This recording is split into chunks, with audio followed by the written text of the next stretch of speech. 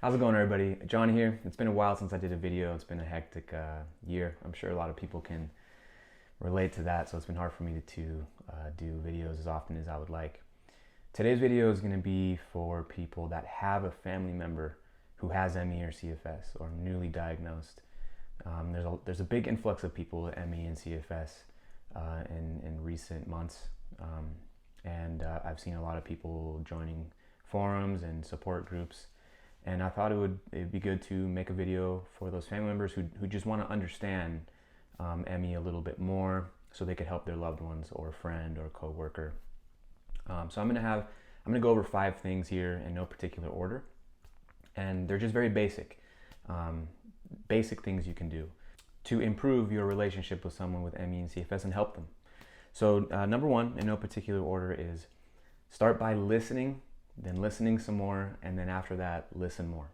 Listen to the person who's sick. They're going through a very difficult time. They're trying to figure it out, especially if they're newly diagnosed. But even a year or 2 into it, you're still trying to figure it out. You're mourning the loss of who you were, the loss of things you used to be able to do, the activities, the things you used to enjoy, hobbies, everything. So there could be some anxiety there, some frustration, and people who are sick often, I've noticed, especially with this illness, have a hard time expressing how they feel about it. They're just going through so much, adapting so quickly, that sometimes for a friend or a family member just to listen and just to have that patience to listen and understand really goes a long way. Try to listen to what these people are saying, even though they might have a hard time describing what that is. So it might sound silly, it might not sound like a important skill set, but listening to people that are suffering is actually really, really important. Being heard is important to someone who's sick and going through a chronic illness. So I think that applies to really any chronic illness, but I do know people with ME and CFS especially, having a family member who truly listens is a really big asset, and it's very helpful. Number 2, learn about the illness. Learn about the symptoms, learn about what flares are, learn about post-exertional malaise.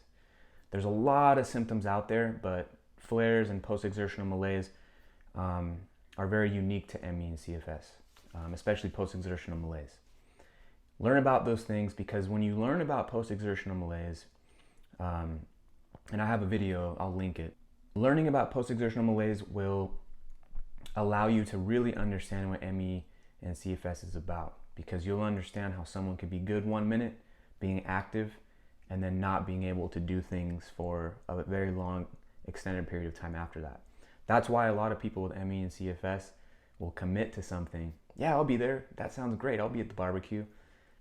And then it's a completely different situation when that time arrives. They overdid it. They caused a flare. They have post-exertional malaise. And even though they wanted to be there, they can't. And those are one of the things that a lot of family members especially don't understand early on. And it all relates to the symptoms of this illness.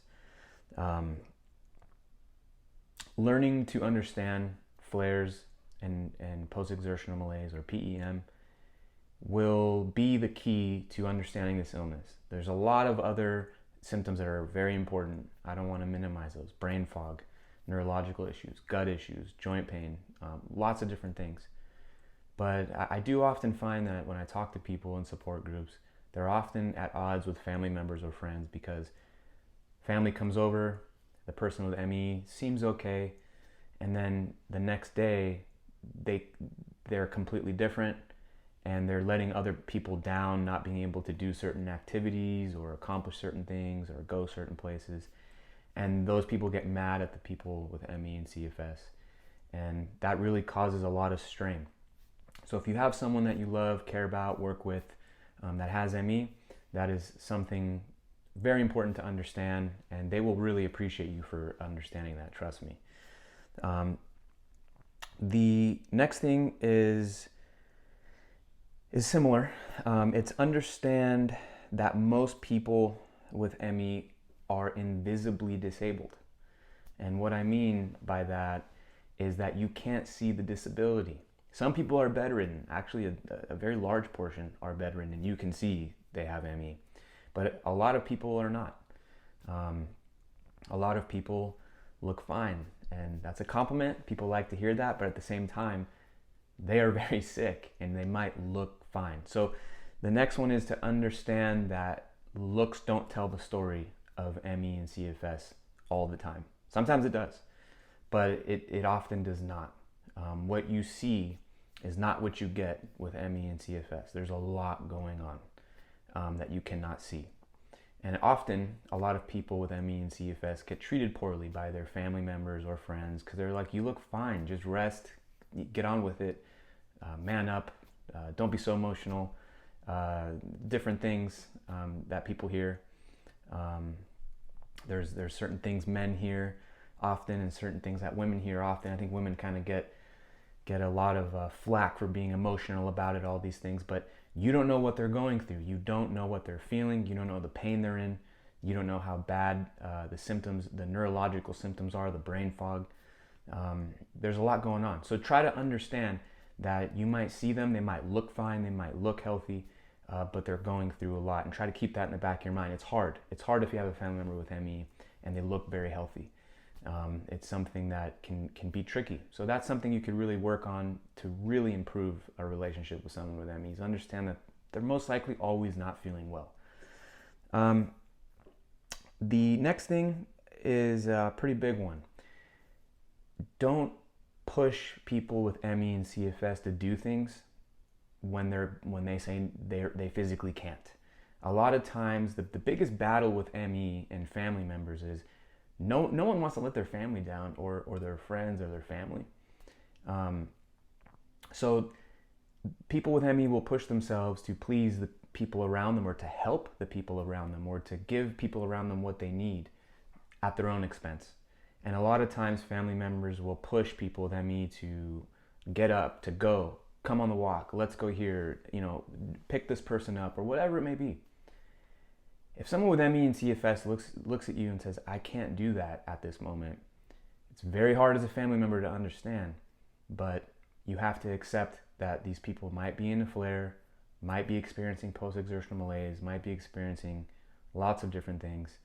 And if their body's telling them no, they really shouldn't push themselves. It makes it much, much worse. You can actually crash further into a flare and make the symptoms even worse. And that's very, very hard for people to understand that don't have ME. And I get it. It's hard to comprehend when you're healthy, and even if you don't feel well when you're healthy, you can just push through something and motivate yourself. And this is not from a lack of motivation. This is not from laziness. This is not what this illness is about at all. Those old assumptions from the 90s, they've been proven wrong now. It's time to move on from those assumptions.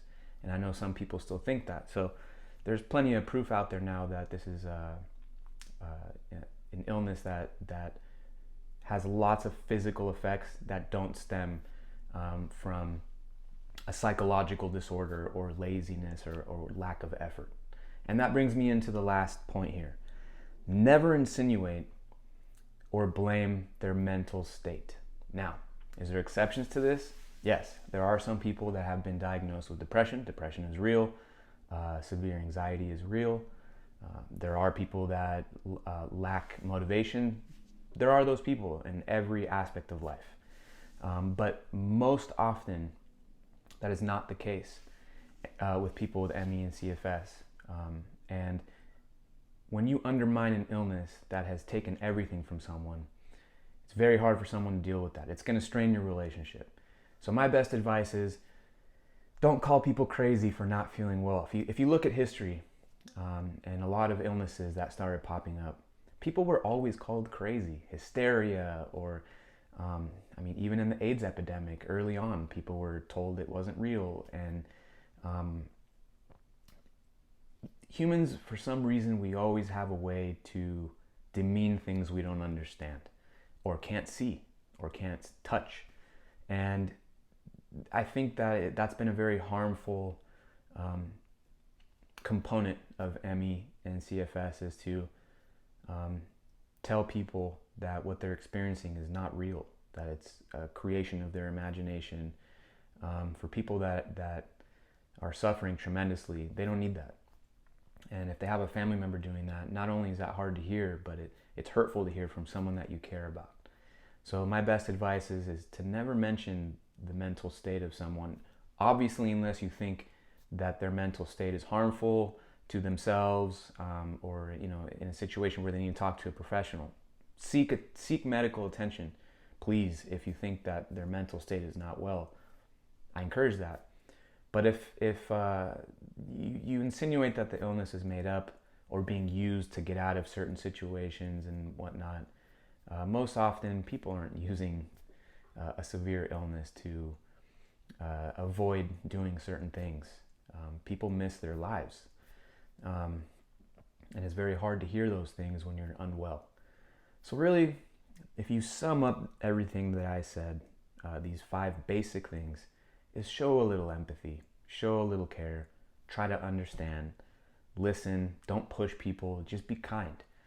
And I would normally say, that's very simple. Just be kind and compassionate and listen. But today, in these days, it seems to be a rare commodity.